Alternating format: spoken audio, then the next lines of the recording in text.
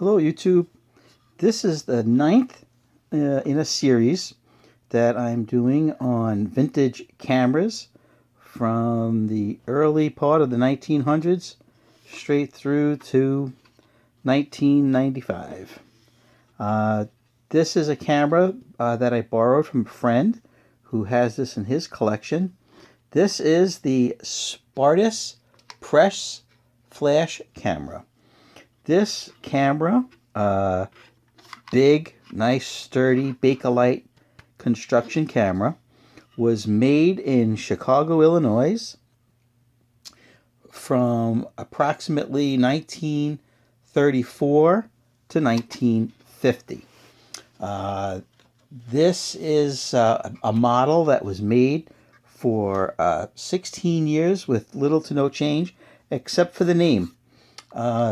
This camera started originally as the Falcon Press Flash camera, the Falcon Abbey electric camera, all made by the Utility Manufacturing Company in Manhattan. It changed to Spartus in 1941 when Spartus bought the Utility Manufacturing Company. This camera has been sold under numerous names, again under Regal Flashmaster, the Falcon Press Flash, the Galter Press Flash. So let's get into the mechanics of this big, beautiful, retro vintage camera. This is a medium format 120 film size camera. It uses 120 size film, and some of the films that it recommends you use back in the day was Eastman Super XX, which I guess is plus X today, Agfa Super Pan, Cello Pan, Agfa, different types of films and different types of bulbs.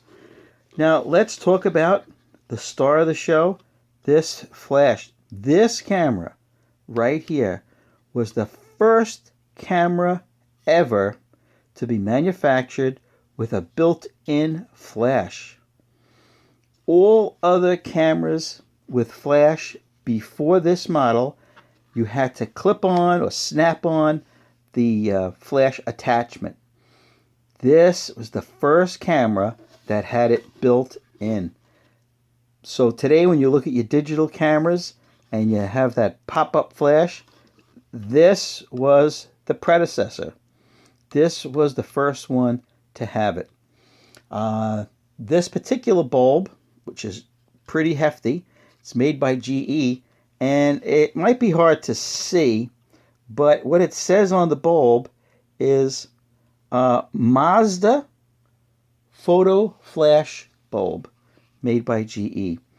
That's funny that they use the word Mazda. Anyway, to carry on, pretty simple operation. You have your shutter here, which still works. This on the side, I don't want to pull it too hard, gives you the option of a cloudy day and a sunny day.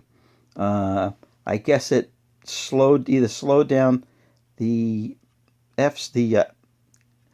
shutter speed, or it opened up the aperture a little. That's right here. This is the viewfinder here, very, very small. You would have to look down this long square tube, and there's the peephole right there. There's your viewfinder. Let in very little light, but it did the job on a bright day. This side, this tube along here, you would put in two penlight batteries, or today we know them as AA batteries. I did a little research on batteries, AA batteries in the day, in the 30s, and there is a slight difference between a penlight battery and a AA. The length is the same, it's just that they were narrower. So if you wanted to use any one of these vintage cameras today, and it required batteries, you would have to peel off the outside paper, if you can. A lot of them today are plastic. You would have to make the battery narrower to fit into these tubes. Okay, so that's the front of the camera. It's a fixed 120 millimeter lens, and that's calculated from the front element to the film plane. It takes a big negative. It's 2 1/4 by 3 1/4, and like I've said in other videos, press photographers would love this size negative because you can develop this film, make a contact print of it, and go to press with a 2 1/4 by 3 1/4 inch photograph. You wouldn't even have to enlarge it. Very good. Let's look at the back lock mechanism. This is pretty vintage, where they tried to make this a little ornate. And you would lift this up. This one has a small chip in the Bakelite. Bakelite is very fragile. Okay, now what you would do to get to the back, you have to lift this up, and it opens like this. Now you'll notice this spring right here came out of this hole.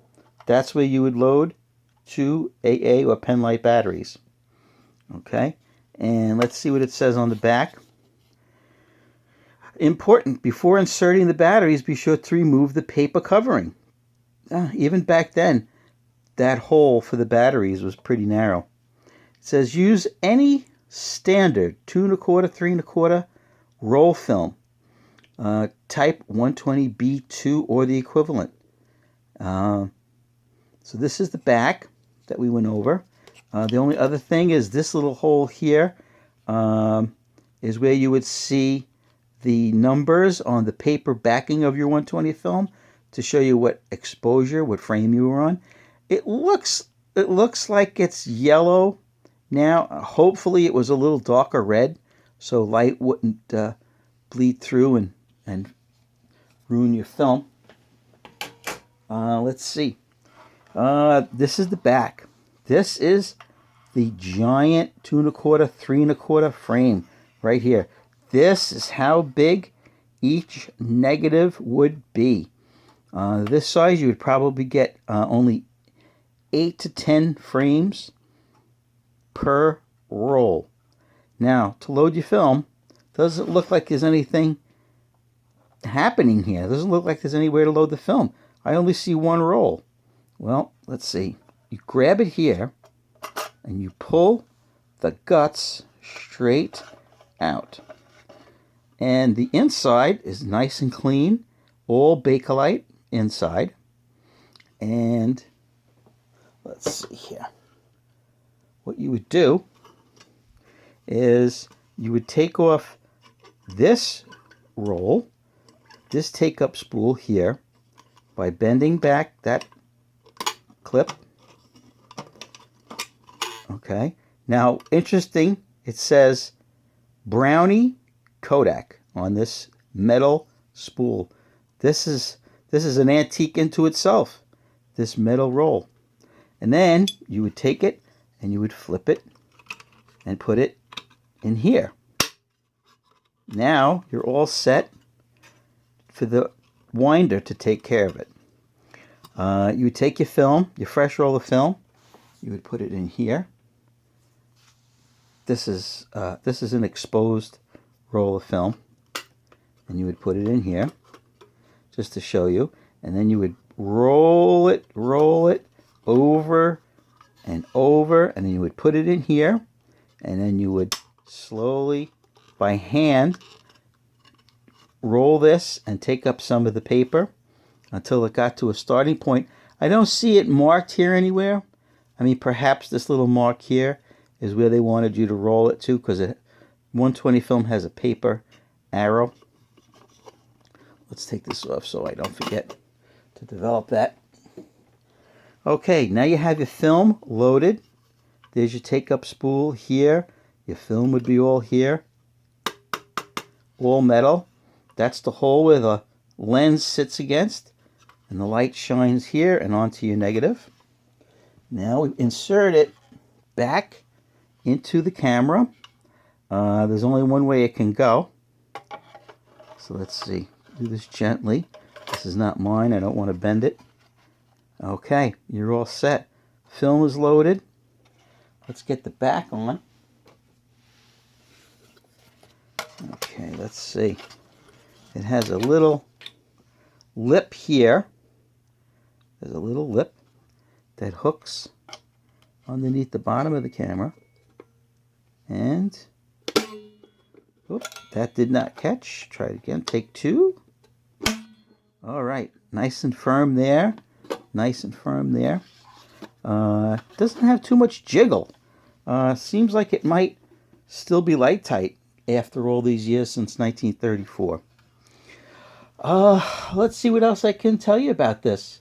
Oh, the only thing I meant to show you two more things. Of course, this is the remnants of a leather wrist strap, which went from here to here. Okay, and you might be wondering, what is this button for? Well, this, if you press it down, pops out the huge GE Mazda photo flash bulb. We pop it out, and then you pop in another one. Interestingly, you can load the film either with the back off, but let's say the batteries died while you still had a roll of film in here. Halfway done. Very good thinking. You can unscrew the front, and you can load the batteries from the front. So you can load them from the front or the back, but if you do from the back, the cover has to come off and you could expose the film. This, with the arrow, is your take-up roll, your take-up winder for your film. And as you turn this here, you would see the numbers pass by and you would stop on number 1. And then you'd be set to take your first picture. Now I'll click the shutter, but it won't fire the flash. Don't forget there's no batteries in here. Now, could you make a double exposure? You sure could. So if you forgot, as the photographer, to advance your film, you would shoot 2 pictures on 1 frame, ruining both of them, unless you're doing something creative. But 9 times out of 10, if somebody has a double exposure, it's because they accidentally forgot to advance the film. So back in the day, you had to be pretty good. Fire your picture, advance the film, and so on. You couldn't just do like we do today on a digital camera. Just keep firing, and you would make a new frame. I think I went over everything with you that I wanted to say. Like the most important thing about this camera, about the Spartus Press Flash, is first camera ever to have built-in flash. All cameras before this was a wonderful idea, wonderful design. You didn't need to carry around in your pocket or in a bag or in the car. Your flash attachment was right here. It was right here. It was permanently built in to this press flash camera, made in America. And I think that's just about it. That'll wrap this up for today. This is number 9 in a series. We'll be going over cameras from like the last 100 years, I would say. I'd like to say thank you to my friend for letting me borrow this from his collection. Very generous. And folks, I just want to wish you a great day, and don't forget to subscribe so you don't miss any shows.